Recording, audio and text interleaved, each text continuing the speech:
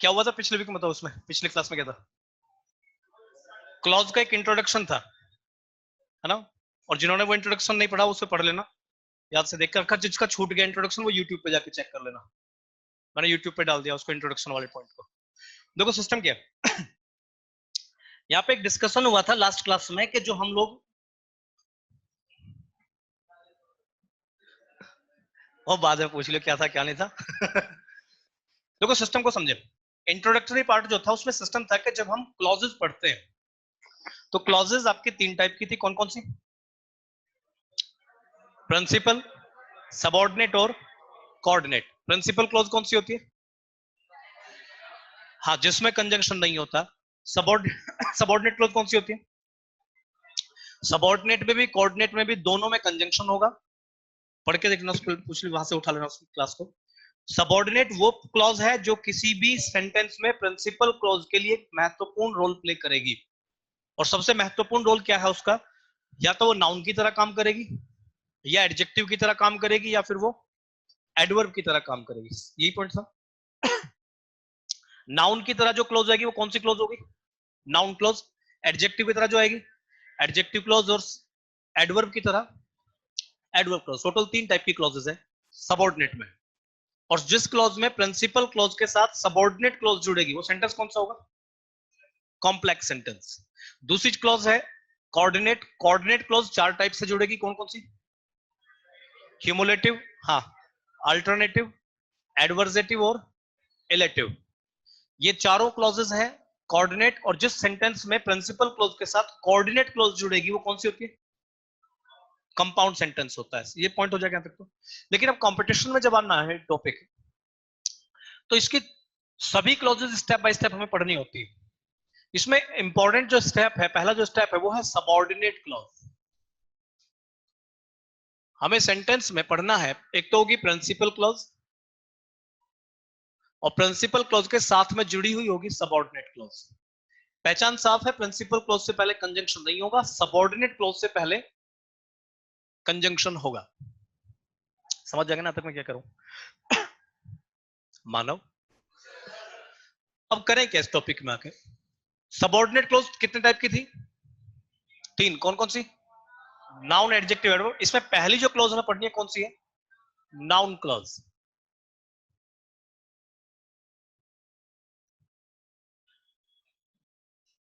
ये noun clause का part होगा। अब यहां से मैं स्टार्ट कर रहा हूं इस पॉइंट को। इसका पॉइंट हो गया था पिछले वीक में जो इंट्रोडक्शन था इसका। अब देखो जो सेंटेंस में नाउन क्लॉज है ये एग्जैक्टली वही काम करती है जो सेंटेंस में एक नाउन काम करता है। नाउन बेसिकली एक पार्ट ऑफ स्पीच है। मेजर पार्ट्स ऑफ स्पीच होते हैं, चार पांच होते हैं, वैसे तो 8 पार्ट्स ऑफ स्पीच थे। उनमें एक पार्ट ऑफ स्पीच होता है नाउन। जो काम सेंटेंस में नाउन करता है वही काम सेंटेंस में नाउन क्लोज कर सकती है। और देखो वही काम सेंटेंस में इन्फिनेटिव कर सकता है। Infinitive and gerund. क्योंकि जैसे हम ये वाला टॉपिक कंप्लीट करते हैं इसके बाद तुरंत नॉन फाइनाइट स्टार्ट हो जाता है। नॉन फाइनाइट को लोग वर्ब मानते हैं जबकि वर्ब नहीं होती। नॉन फाइनाइट जब इससे अगला चैप्टर पढ़ोगे आप लोग, उसमें बहुत से लोग मानते हैं कि नॉन फाइनाइट वर्ब है, फंसते हैं वो इस चीज में आके।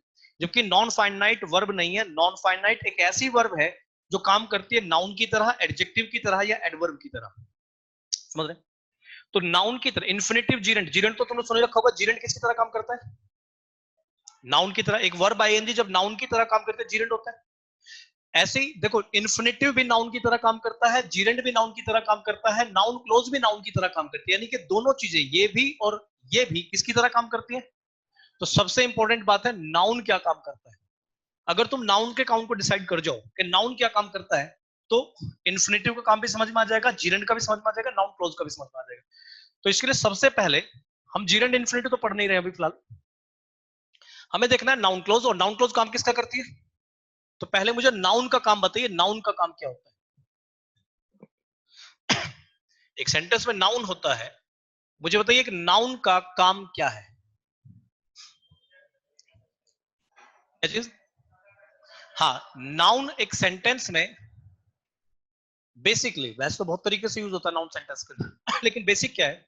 नाउन सेंटेंस में सब्जेक्ट या ऑब्जेक्ट का काम करता है।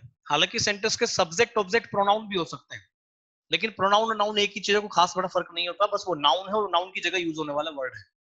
प्रोनाउन भी नाउन की जगह आता है लेकिन मेन काम जो होता है सेंटेंस में, जितने भी सब्जेक्ट या ऑब्जेक्ट होते हैं वो सब कौन होते हैं? नाउन या प्रोनाउन। जैसे मान लो आपने कहा सेंटेंस, माय फादर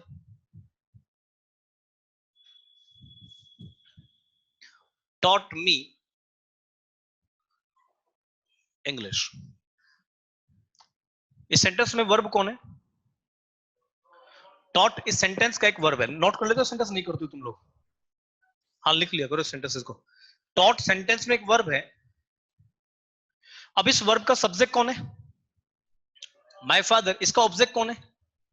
देखो मी भी ऑब्जेक्ट है, इंग्लिश भी ऑब्जेक्ट है। आप कैसे डिसाइड करते हो कि ये ऑब्जेक्ट है ये सब्जेक्ट है?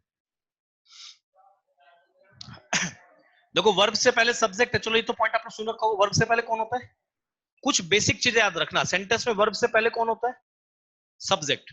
सेंटेंस की शुरुआत बेसिकली सब्जेक्ट से होती है, हालांकि वर्ब से भी हो सकती है, वो एक अलग पॉइंट ऑफ व्यू है। लेकिन बेसिक जो होता है, एक नाउन प्रोनाउन अगर सेंटेंस की शुरुआत में है, जैसे फादर, फादर तो नाउन हुआ। अब ये जो नाउन है सेंटेंस है, बेसिकली ये सब्जेक्ट है किसका? टॉट का, वर्ब का। अब इस वर्ब को जो काम किया फादर ने क्या काम किया? क्या काम किया?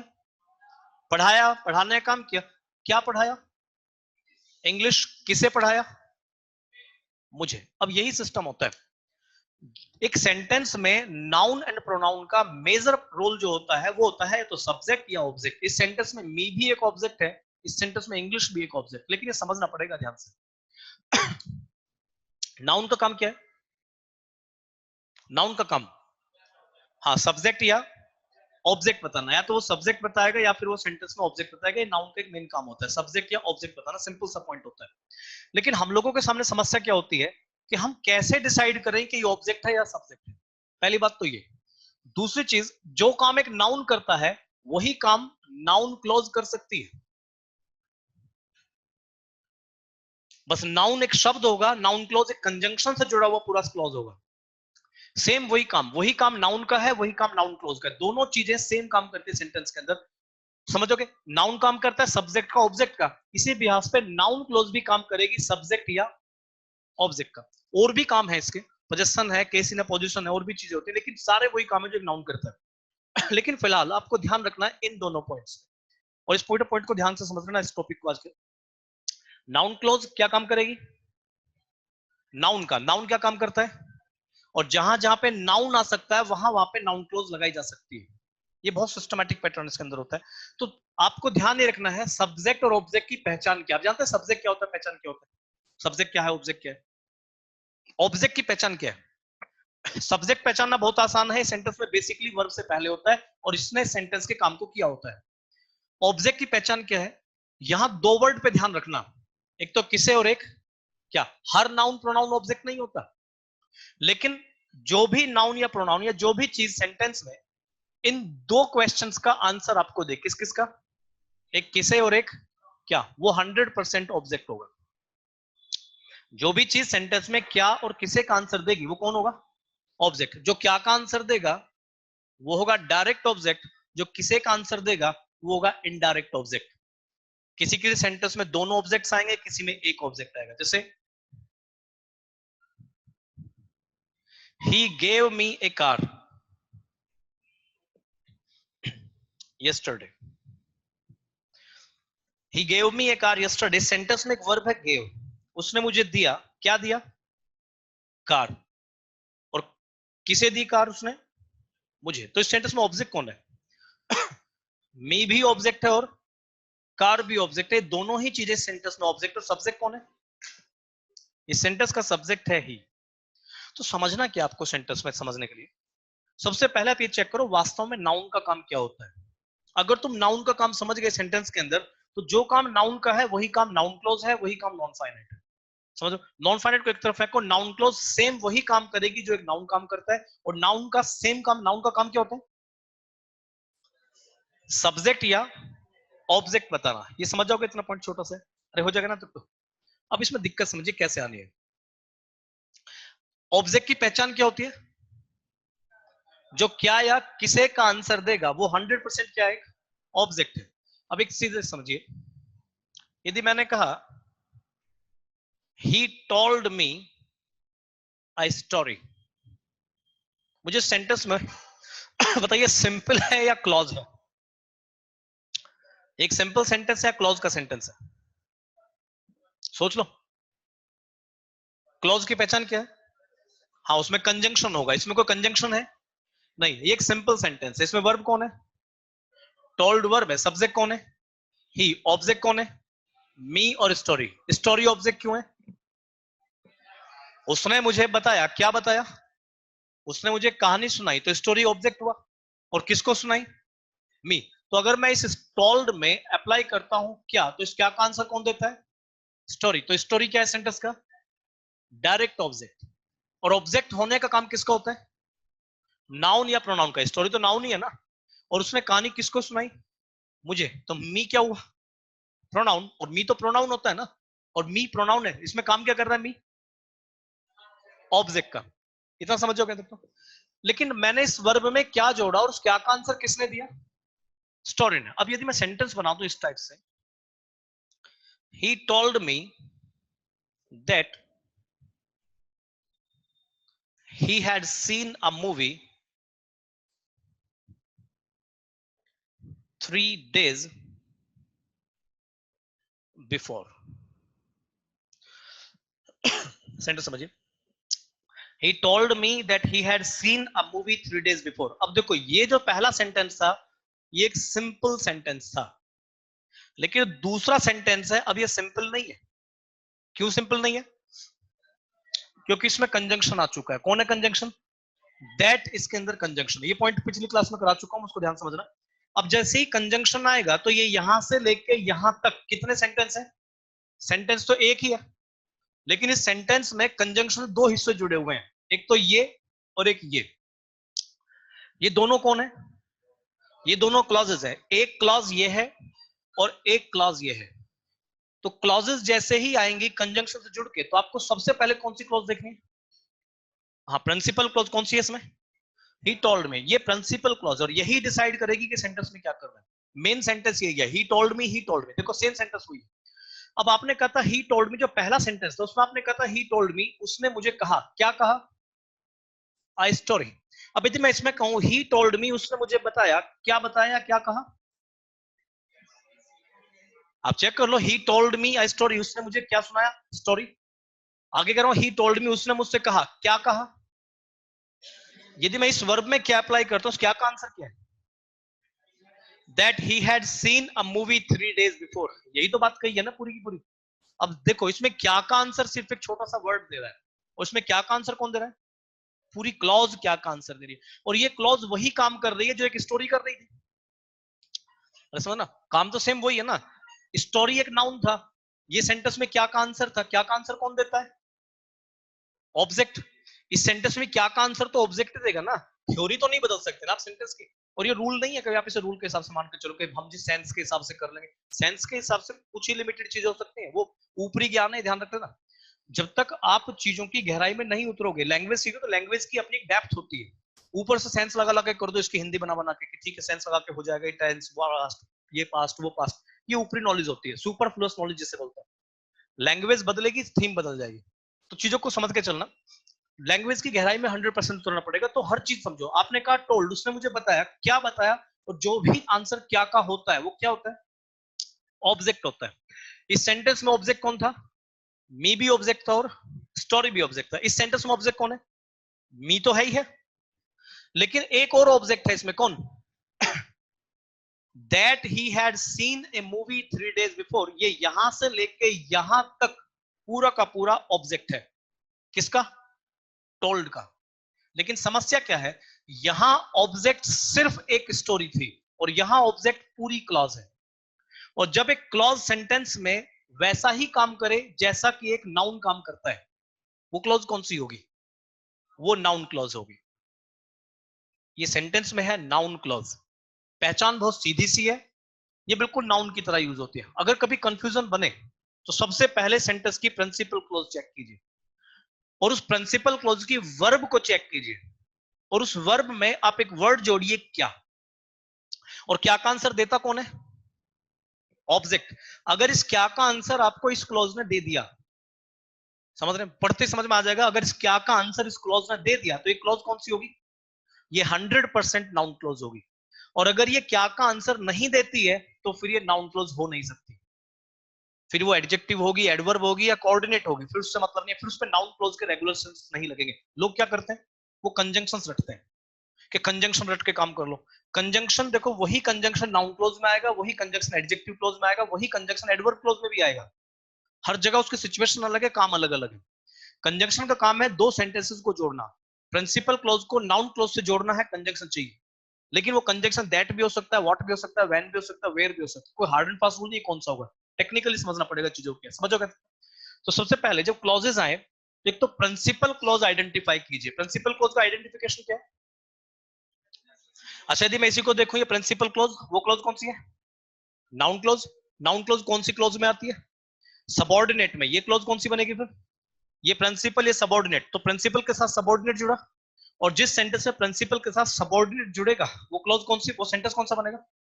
हाँ, ये यहां से वहां तक कॉम्प्लेक्स सेंटेंस है, और ये क्लॉज प्रिंसिपल है, ये आपकी सबऑर्डिनेट नाउन क्लॉज है। पहचान जाओगे इसको? मैं क्या करूं? मतलब दिक्कत रही हो तो फिर पिछली क्लास या तो बैकअप लेना किसी में, या फिर यूट्यूब से देख लेना उसको। वो इंट्रोडक्शन के नाम से उसे चेक कर लेना, पूरा डिटेल उसमें मिल जाएगा। देखो सेंटेंस देखिए इसमें,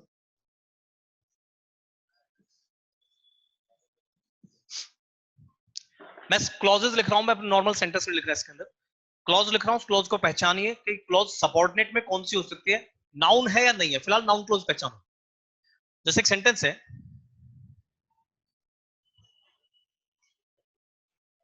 the patient will die if the doctor comes late. The patient will die if the doctor comes late. ये सिंपल सेंटेंस है या नहीं है? बोल दिया करो। सिंपल तो नहीं है। क्यों नहीं है सिंपल? इसमें इफ आ चुका है, कंजंक्शन लग चुका है। अब कंजंक्शन लगने का मतलब ये यहां से लेके वहां तक सिंपल सेंटेंस नहीं है, और सिंपल नहीं है तो इसमें प्रिंसिपल क्लॉज होगी। कौन सी है? The patient will die sentence की प्रिंसिपल क्लॉज है। यही क्लॉज डिसाइड करेगी कि सेंटेंस में क्या एरर हो सकती है, क्या हो सकता है, क्या नहीं हो सकता है। समझोगे? अब इसकी सबसे पहले आप वर्ब चेक कीजिए। इसकी वर्ब कौन है? Verb will die.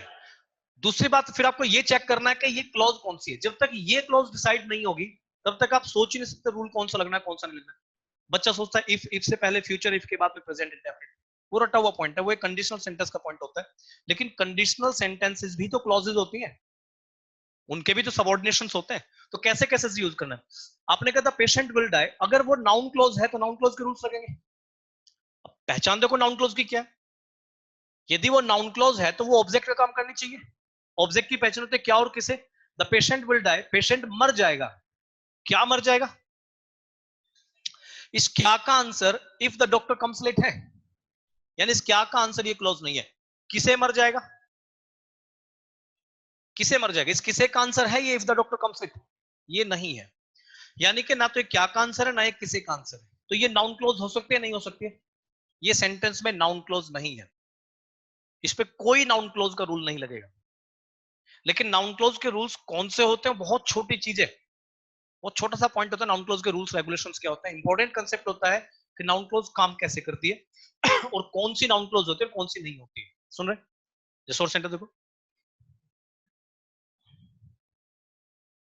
The doctor advised the patient that he should not smoke. The doctor advised the patient that he should not smoke. यदि सेंटेंस को देखो आप ध्यान से तो इसमें प्रिंसिपल क्लॉज क्या है? हाँ, the doctor advised the patient, ये सेंटेंस का प्रिंसिपल क्लॉज है। नेचुरल सी बात है, प्रिंसिपल क्लॉज। डॉक्टर ने पेशेंट को सलाह दी। क्या सलाह दी? इसमें वर्ब एडवाइज, उसने सलाह दी। क्या सलाह दी थी? यदि इस क्या का आंसर देखे तो उस क्या का आंसर मिल रहा है, नहीं मिल रहा है? क्या है? That he should not smoke. यही तो सलाह दी थी ना भाई। डॉक्टर ने पेशेंट को सलाह दी। क्या सलाह दी? That he should not smoke. तो जो that he should not smoke है, ये क्लॉज कौन सी है? ये नाउन क्लॉज है। सुन रहे मैं क्या करूं? ऊपर वाले सेंटेंस में नाउन क्लॉज नहीं थी, इस वाले सेंटेंस में नाउन क्लॉज है। अब नाउन क्लॉज है, इस पे अलग रूल्स लगेंगे, उस पे अलग रूल्स लगेंगे। इन दोनों क्लॉजेस पे सेम रूल नहीं लगाया जा सकता। और देखिए, अब चेक करना खुद सेंटेंस में क्लॉज नाउन क्लॉज है या नहीं है। सेंटेंस देखिए, my wife asked me if she could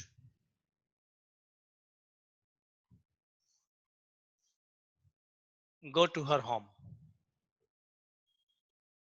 for a week. My wife asked me if she could go to her home for a week. बताइए,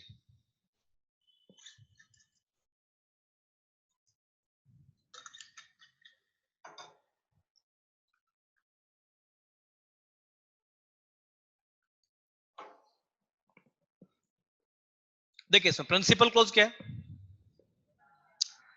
बोल दिया करो। माय वाइफ आस्क्ड मी, पूछा मुझसे। किसने पूछा? पूछा किसने था? अरे किसने पूछा? वाइफ ने पूछा ना, तो वाइफ तो सब्जेक्ट हो गया। किससे पूछा था? मी से, तो मी क्या हुआ? ये ऑब्जेक्ट है। लेकिन वाइफ ने जब मुझसे पूछा तो एक्चुअली पूछा क्या था? वाइफ ने क्या पूछा मुझसे, बताना। आंसर है क्या का नहीं है सेंटेंस में? क्या है? If she could go to her home for a week. ये पूरी बात पूछी है ना उसने, तो ये पूरी बात जो क्लॉज बनेगी, कौन सी क्लॉज है? ये नाउन क्लॉज है। लेकिन इतना आसान नहीं है कि भाई साहब इतना आसान हो जाता है कि ठीक है। पहला पॉइंट देखो, इससे पहले सेंटेंस में इफ आया था, वो नाउन क्लॉज नहीं थी। इस सेंटेंस में इफ आया है, ये नाउन क्लॉज है। तो कंजंक्शन से नहीं डिसाइड होगा कि नाउन क्लॉज है नहीं। डिसाइड किस चीज से होगा? सेंटेंस की प्रिंसिपल क्लॉज की वर्ब से। सबऑर्डिनेट जितने भी सेंटेंस हैं, सबऑर्डिनेट क्लॉज जितनी भी हैं, वो सब प्रिंसिपल क्लॉज से ही डिसाइड होंगी, क्योंकि वो बेस्ड ही प्रिंसिपल क्लॉज के ऊपर है। कोऑर्डिनेट क्लॉजेस प्रिंसिपल क्लॉज की वर्ब से डिसाइड नहीं होती, सबऑर्डिनेट क्लॉजेस प्रिंसिपल क्लॉज की वर्ब से सेंटेंस में नाउन प्रोनाउन से डिसाइड होती है। लेकिन पहला पॉइंट है इसके अंदर, नाउन क्लॉज। हम बात कर रहे हैं अगर कंजंक्शन के बाद सेंटेंस में कौन सी क्लॉज हो? नाउन क्लॉज अगर सेंटेंस में है कंजंक्शन के साथ में, तो सबसे पहले इसकी पहचान क्या है? एक्चुअली पहचान ये है, ये सेंटेंस में काम किसका करेगी? ऑब्जेक्ट का या सब्जेक्ट का? टेक्निकली से समझ सकते हैं, प्रिंसिपल क्लॉज की वर्ब होगी, उस वर्ब में आप एक वर्ड लगा लीजिए, कौन सा? क्या। मतलब यहीं से क्लियर हो जाता है, क्या से ही आपकी नाउन क्लॉज मिल जाती है, बहुत ज्यादा झंझट पढ़ने की जरूरत नहीं है। समझ जाओगे यहां तक तो? अरे समझ जाएंगे ना। लेकिन जैसे तुम इसे समझ के हटे, समस्याएं और भी गहरी है। अब समस्या ये है कि चलो आप पहचान भी गए कि ठीक है जी वो क्या का आंसर देती है, लेकिन फिर दिक्कत ये आती है कि वो सब्जेक्ट है या वो ऑब्जेक्ट है, ये भी समस्या आती है। तो जब तक उस आप ढंग से नहीं समझोगे, सबसे पहले तो ये समझना बहुत जरूरी है कि वो नाउन क्लॉज है भी या नहीं है। नाउन क्लॉज है या नहीं है, इसकी पहचान क्या है? क्या का आंसर है। दूसरी चीज ये पहचानना बहुत जरूरी काम होता है, वो सब्जेक्ट है या ऑब्जेक्ट है, क्योंकि नाउन क्लॉज सब्जेक्ट भी हो सकते हैं, नाउन क्लॉज ऑब्जेक्ट भी हो सकते हैं। फिर ये चेक करना बेहद जरूरी काम है कि वो सब्जेक्ट है या ऑब्जेक्ट है। उसको कैसे पहचानोगे आप? और उसके बाद उस पर रूल्स लगेंगे, क्योंकि सब्जेक्ट के पार्ट्स अलग हैं, ऑब्जेक्ट के पार्ट्स अलग हैं, नाउन क्लॉज के पार्ट्स अलग हैं। देखो हंसे जा रहे हैं, बैठे मुस्कुराए जा रहे हैं। मानव जिंदगी में इतना ज्यादा मत मुस्कुराओ कि भाग्य तुम पे हंसने लगे। किस्मत नाम की एक चीज होती है। वैसे हुआ क्या था? अच्छा, पैर स्लिप हो गया था बैठे बैठे का, पेन स्लिप हो गया, कोहनी टच हो गई थी, तो इसमें हंसने की क्या बात थी यार? ये तो ये तो एक दुर्घटना थी। चलो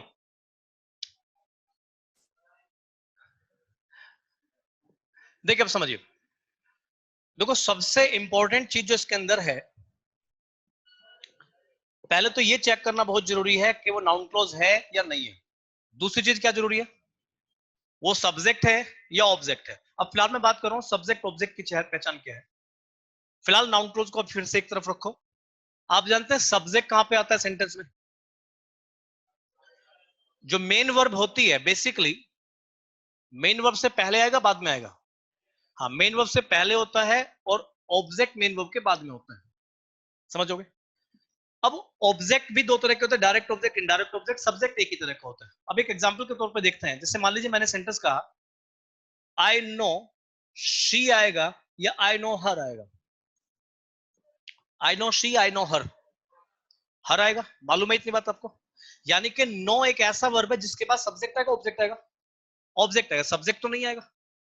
अब यदि मैं आई नो के बाद क्लोज लिखता हूं, जैसे मैंने सेंटेंस बोला I know that she is a thief. अब दोनों सेंटेंस समझो, ये आप बहुत अच्छी तरह से जानते हैं कि आई नो के बाद क्या आना चाहिए, ऑब्जेक्ट आना चाहिए। मैं जानता हूं, किसको जानता हूं? हर को। 100% ऑब्जेक्ट ही आना चाहिए, सब्जेक्ट तो नहीं आएगा ना। अरे मालूम है ना, आई नो शी तो कोई भी नहीं बोलता ना, ऑब्जेक्ट आता है। अब वही पॉइंट मैंने यहां लिख लिया, आई नो मैं जानता हूं। यदि मैं इसमें देखूं मैं क्या जानता हूं, मैं क्या जानता हूं that she is a thief, ये बात तो जानता हूं, तो ये बात नाउन क्लोज बन गई। लेकिन ये नाउन क्लोज आई तो नाउन या प्रोनाउन की जगह है, पर ये केस कौन सा होगा, सब्जेक्ट होगा या ऑब्जेक्ट होगा? ये ऑब्जेक्टिव केस होगा, क्योंकि नो, आई नो के बाद सब्जेक्ट आ ही नहीं सकता। इस सेंटेंस में जो नाउन क्लॉज है वो क्या है, वो ऑब्जेक्ट है। ये बहुत सिस्टमैटिक समझना पड़ेगा आपको बहुत ध्यान से। कौन सी क्लॉज है, ये तो कंफर्म है नाउन क्लॉज क्या का आंसर दे रही है, लेकिन क्या का आंसर देने के बावजूद भी वो सब्जेक्ट है या ऑब्जेक्ट है समझना बहुत जरूरी है। तो एक और सेंटेंस देखो, नोट क्लियर से नहीं किया तक, इसे नोट करो अपने हिसाब से। मतलब सेंटेंस के बेसिक स्ट्रक्चर से ही चीजें समझ में आनी है, और जिस दिन ये दोनों चीजें समझ में आ गई उसका थ्योरी हो जाएगी, उसका एग्जांपल क्वेश्चन जो भी होना वो हो जाएंगे। रूल्स बहुत बात कीजिए, रूल्स पढ़ेंगे बाद में, पहले आप इन्हीं दोनों चीजों पे ध्यान दो। नोट क्लियर से नहीं किया? दो सेंटेंस है तुम पर तो नोट नहीं हुए? नहीं।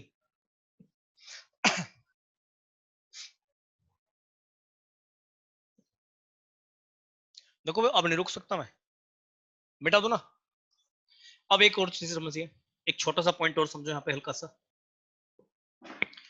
यदि मैं सेंटेंस कहता हूं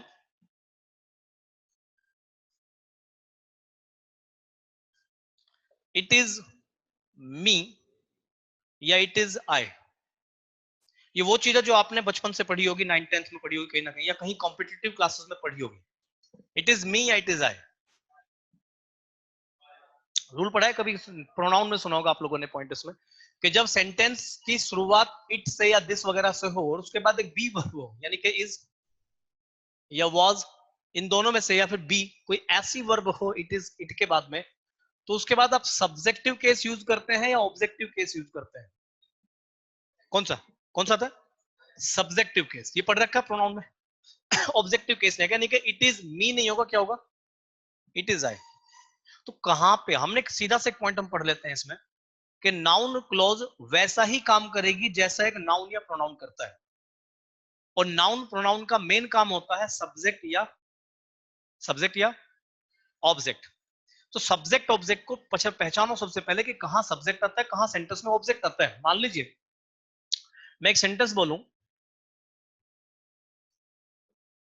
हिम वाज ए डॉक्टर, ये करेक्ट है? क्या आना चाहिए? ही वाज ए डॉक्टर, ही होना चाहिए, सब्जेक्ट आना चाहिए। यदि मैं सेंटेंस बोल देता हूं it was her, it was her, ठीक है, क्या आना चाहिए? It was she. और अगर हम सेंटेंस बोलते हैं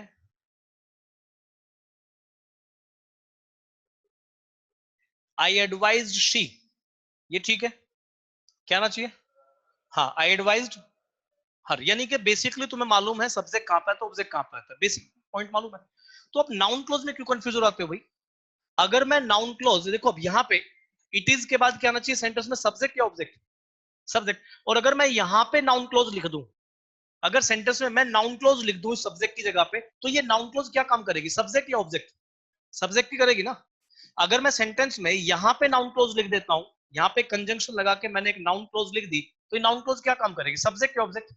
सब्जेक्ट। और मैं यहां पे नाउन क्लोज लिख देता हूं कंजंक्शन लगा के, तो ये नाउन क्लोज क्या काम करेगी, ऑब्जेक्ट। यानी नाउन क्लोज सब्जेक्ट है या नाउन क्लोज ऑब्जेक्ट है, ये डिसाइड कौन करता है, प्रिंसिपल क्लोज। वो नाउन क्लोज है भी या नहीं, ये डिसाइड कौन करता है, प्रिंसिपल क्लोज। इसलिए इसको प्रिंसिपल क्लोज कहा जाता है। आप प्रिंसिपल क्लोज में चेक करते हैं कि कहां पे नाउन क्लोज, कहां पे कौन सा सब्जेक्ट आता है, कहां पे कौन सा ऑब्जेक्ट आता है। इसलिए चीजें समझिए, यदि एक सेंटेंस आए आप खुद कहते हैं जब इट इज या इट वाज यूज होता है तो इसके बाद में सब्जेक्टिव केस आता है, यही तो बोलते हैं ना आप लोग। तो अगर मैं सेंटेंस बोल दूं इट इज रॉन्ग, ये गलत है, और अगर इसमें जनरेट करें क्या गलत है, it is wrong what you say about Rahul Gandhi. ये कांग्रेस की खुश मत होना और बीजेपी वाले दुखी मत होना, ये किसी जीवित मृत व्यक्ति से कोई संबंध नहीं है सेंटेंस का। ये महज इत्तेफाक है। आपने कहा इट इज रॉन्ग, ये गलत है। सेंटेंस की प्रिंसिपल क्लॉज क्या है? प्रिंसिपल क्लॉज, सेंटेंस का प्रिंसिपल क्लॉज है इट इज रॉन्ग। इस सेंटेंस में प्रिंसिपल क्लॉज का वर्ब कौन है? इज। रॉन्ग तो वर्ब नहीं होती, रॉन्ग तो एक एडजेक्टिव है। आपने बोला इज, इट इज, ये है, इसका सब्जेक्ट कौन है? सब्जेक्ट कौन है इसका? इट सब्जेक्ट है। अब देखो थ्योरी क्या कहती है, जब इट के बाद बी वर्ब लिखी है, जैसे लिखा इट के बाद बी वर्ब लिखे तो बाद में क्या आना चाहिए? यानी कि इट इज के बाद सब्जेक्ट आना चाहिए, और सब्जेक्ट कौन होता है? नाउन या प्रोनाउन। आपने क्या लिखा है इसके बाद में? रॉन्ग। रॉन्ग तो एडजेक्टिव है, तो रॉन्ग तो सब्जेक्ट हो नहीं सकता। तो जो इट इज के बाद सेंटेंस में सब्जेक्ट आना चाहिए, सब्जेक्ट कहां गया भाई? हमने क्या किया सेंटेंस के अंदर, इस सब्जेक्ट को हटाया, रिमूव किया, और इसमें क्या का आंसर देखो, इट इज रॉन्ग, ये गलत है। क्या गलत है? What you say about Rahul Gandhi, ये पूरी की पूरी क्लॉज इस क्या का आंसर है। इसलिए क्या है ये? नाउन क्लॉज है। लेकिन नाउन क्लॉज सब्जेक्ट भी हो सकती है, नाउन क्लॉज ऑब्जेक्ट भी हो सकती है। तो पहले ये डिसाइड करो ये सब्जेक्ट है या ऑब्जेक्ट है। कैसे सब्जेक्ट है? सब्जेक्ट कैसे है? इट इज के बाद में सब्जेक्ट आएगा। आपने बोला it is wrong what you से, ये सेंटेंस में नाउन क्लोजर किसका काम कर रही है? सब्जेक्ट का काम कर रही है। मतलब जब तक आप उसके डेप्थ को नहीं पकड़ोगे, गहराई, तब तक उसमें फंसते रहोगे। ये तो पता है ना आपको कि जी आपको जितना जितना ऊपर जाना हो तो नीचे तो जाना ही पड़ेगा ना। पहले नाउन क्लोज के रूल्स पे जाने से पहले नाउन क्लोज के रूट्स पे जाइए कि नाउन क्लोज का जनरेशन क्या है, किस किस तरीके से काम करता है। जैसे मान लीजिए मैं सेंटेंस बोल देता हूं, I know what you say about Rahul Gandhi. एक सेंटेंस है it is wrong what you say about Rahul Gandhi, एक सेंटेंस है I know what you say about Rahul Gandhi. दोनों सेंटेंस को यदि आप डिस्टिंग्विश नहीं कर सकते कि दोनों में अंतर क्या है, अगर किसी अनाड़ी आदमी से पूछे इसमें अंतर क्या है, तो तुरंत कहेगा वो इट इज रॉन्ग है या आई नो, सीधा सीधा है। लेकिन एग्जैक्टली फर्क को समझो इसके अंदर, इसमें बहुत बड़ा फर्क है दोनों सेंटेंसेस के अंदर। जब आपने कहा था इट इज, तो इट इज के बाद में क्या आता है? सब्जेक्ट। तो ये जो नाउन क्लॉज है ये क्या काम कर रही है? सब्जेक्ट का। लेकिन जब आप कहते हैं आई नो के बाद सब्जेक्ट आ सकता है। I know he, I know she, I know they, या I know them. I know के बाद सब्जेक्ट आएगा, ऑब्जेक्ट आएगा। अब देखो ये कह रहा है इट इज रॉन्ग, ये गलत है। क्या गलत है? What you say about Rahul Gandhi. अब मैं कहता हूं आई नो, मैं जानता हूं, क्या जानता हूं? तो दोनों ही क्लॉज क्या का आंसर दे रही है? दोनों में सेम सेंटेंस लिखा हुआ है, what you say about Rahul Gandhi, what you say about Rahul Gandhi. लेकिन इन दोनों को आप सेम तरीके से ट्रीट नहीं कर सकते। दोनों पे रेगुलेशंस, रूल्स बदल जाएंगे, दोनों के पैटर्न बदल जाएंगे सेंटेंस के अंदर। आपने कहा इट इज रॉन्ग, ये गलत है। क्या गलत है? What you say about Rahul Gandhi, ये गलत है। और आई नो, मैं जानता हूं, क्या जानता हूं? What you say about Rahul Gandhi, ये बात जानता हूं। दोनों ही नाउन क्लॉजेज हैं, लेकिन फर्क क्या दोनों के अंदर? वो नाउन क्लॉज क्या है?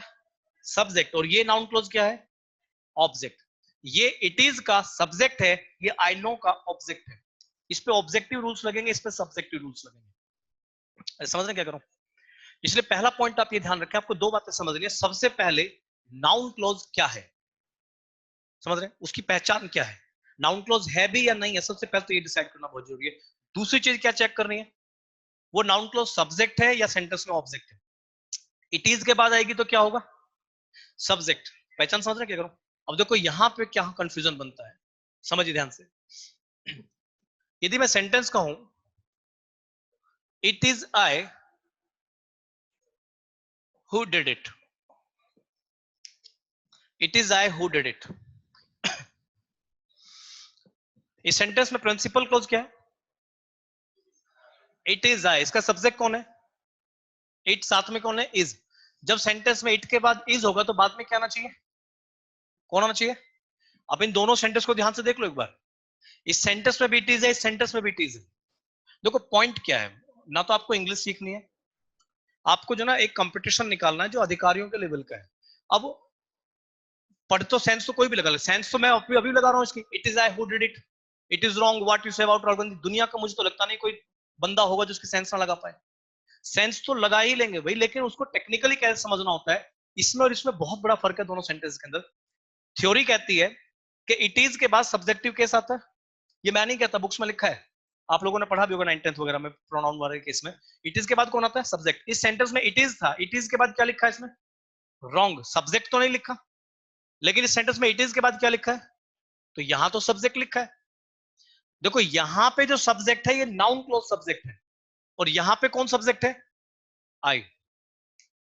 दोनों पॉइंट को समझो। वो कह रहा है इट इज आई, यदि इस वर्ब को देखे इट इज के बाद सब्जेक्ट आता है, आपका सब्जेक्ट लिखा हुआ है। इट इज के बाद सब्जेक्ट आता है, आपने रॉन्ग लिखा है, सब्जेक्ट नहीं लिखा है। तो सब्जेक्ट कहां गया इसका, what you say about Rahul Gandhi, इसका सब्जेक्ट हट गया जिसकी जगह क्लॉज लग गई।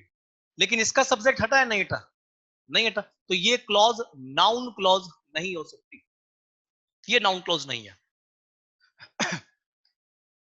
मतलब इट इज के बाद सब्जेक्टिव केस आता है तो ठीक है, नाउन क्लोज में नहीं होगा सब्जेक्ट, उसकी जगह पे नाउन क्लोज होगी।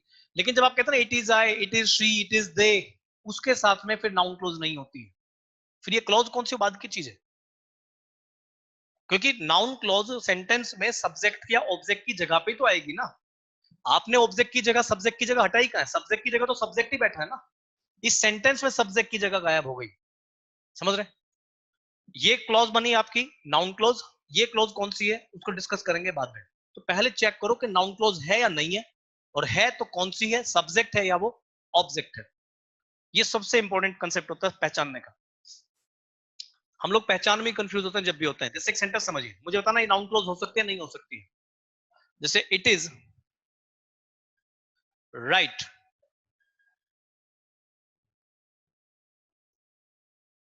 It is right that he has passed the exam, it is right that he has passed the exam। Principal clause क्या है इसमें, इट इज राइट। बात सेंस की नहीं चल रही, आप इसके सेंस क्या लगाएंगे, बात चल रही है इसको टेक्निकली कैसे समझा जाएगा। ये सेंटेंस का प्रिंसिपल क्लॉज है, इट इज राइट, ये सही है।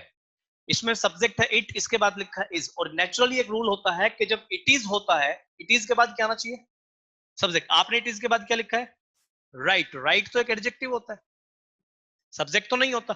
तो इट इज के बाद जो सब्जेक्ट होता है वो सब्जेक्ट कहां है आपका,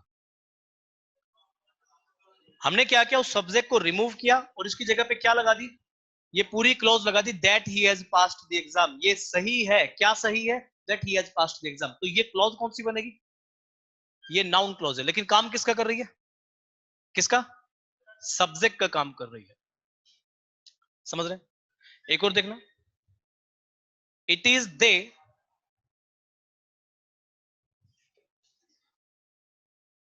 हु वर एब्सेंट यस्टरडे।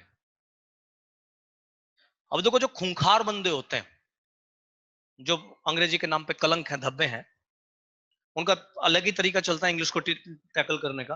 वो कहते हैं अगर कंजंक्शन आ गया तो जो उससे पहले दे नहीं आता दोज आता है। वो इसी चक्कर में पड़े हुए आज तक कि दे और दैम के हु आ गया तो भाई साहब इट इज दे नहीं आएगा, इट इज दोज हु आएगा, क्योंकि एडजेक्टिव क्लोज में रूल पढ़ा होता है कि दे और दैम एंटीसीडेंट नहीं होते, उनकी जगह क्या बनता है, दोज। ये उनकी बात करो जो पढ़े हुए बच्चे हैं। जिसे नहीं पढ़ा हुआ उसको तो कोई सरदर्दी नहीं है, मुझे क्या मतलब, उसके लिए तो ये बता दो तो भी ठीक, ना बताओ तो भी ठीक। वो मतलब पवित्र इंसान होता है। हाँ उसके लिए तुम कह दो दे काट के दोज करेंगे तब भी संतुष्ट है, उसे दे ना काट के दे को दे रहने देंगे तब भी संतुष्ट। ये सुना कभी दे की जगह दोज हो जाता है, अरे सुना कभी नहीं सुना है, कभी नहीं सुना कि अगर who what when where those that कुछ भी इस तरह का कंजंक्शन आता है, रिलेटिव कंजंक्शन, तो दे और देम की जगह क्या करते हैं, दोज। किस किस ने सुना है अपने लाइफ में, कसम है उसे भगवान की, कभी नहीं सुना। चलो अगर तुमने नहीं सुना फिर तो तुम्हारी सेहत पर कोई फर्क नहीं पड़ता, लेकिन अगर सुना है, जो सुनोगे तो उसको समझना पड़ेगा। यहां कभी कभी दोज हो जाएगा, कभी कभी नहीं होगा। हु से पहले कभी दोज करना पड़ेगा, कभी नहीं करना पड़ेगा। वो डिसाइड करना पड़ेगा कब होना है कब नहीं होना, रट के नहीं भागा जा सकता। तो ये पॉइंट आएंगे अभी आगे चल के भी जो तुम्हें कंफ्यूज करता है एग्जाम्स में। आप सोचते हो कुछ और होता कुछ है, लेकिन फिलहाल हमारा पॉइंट है इसका प्रिंसिपल क्लोज क्या है। इट इज दे सेंटेंस का प्रिंसिपल क्लोज है, इसमें इट लिखा है, इट के बाद इसमें इज लिखा है, और रूल क्या कहता है कि इट इज के बाद क्या आना चाहिए, और आपका सब्जेक्ट लिखा हुआ है ऑलरेडी, लिखा है ना, तो आपने सब्जेक्ट को रिमूव किया नहीं किया, तो ये जो क्लॉज है ये क्लॉज सब्जेक्ट की जगह आई है या सब्जेक्ट के साथ आई है, सब्जेक्ट की जगह तो नहीं आई है ना, तो नाउन क्लॉज तो सब्जेक्ट की जगह पे आएगी। जैसे इस सेंटेंस में सब्जेक्ट की जगह पे हमने पूरी क्लॉज ले दी, पर इस सेंटेंस में नहीं है, तो ये जो क्लॉज है ये नाउन क्लॉज नहीं है, और इस पे भूल कर भी नाउन क्लॉज के रूल्स मत लगा देना। अब कौन सी है वो बाद की बात है। इट इज के बाद तो नाउन क्लॉज जो बनेगी सब्जेक्ट ही बनेगी, इट इज के बाद तो ऑब्जेक्ट वैसे भी नहीं आ सकता, इट इज के बाद ऑब्जेक्ट नहीं आ सकता, इसलिए नाउन क्लॉज नहीं है। इट इज के बाद सब्जेक्ट आता है, सब्जेक्ट ऑलरेडी लिखा हुआ है, तो ऑब्जेक्ट हो नहीं सकती सब्जेक्ट की जगह, इसमें ऑलरेडी जगह पे सब्जेक्ट बैठा हुआ है, तो ना तो ये सब्जेक्ट है ना ये ऑब्जेक्ट है, तो ये नाउन क्लॉज ही नहीं है मेरे भाई। समझो क्या करूं, तो रूल्स बहुत छोटी चीज, पहले उसको समझिए, पहचान जाओगे इसको मैं क्या करूं। इसलिए सबसे पहले डिसाइड कीजिए नाउन क्लॉज है कौन सी है, सब्जेक्ट है या ऑब्जेक्ट है, और है भी या नहीं है। जैसे एक और देखिए सेंटेंस में,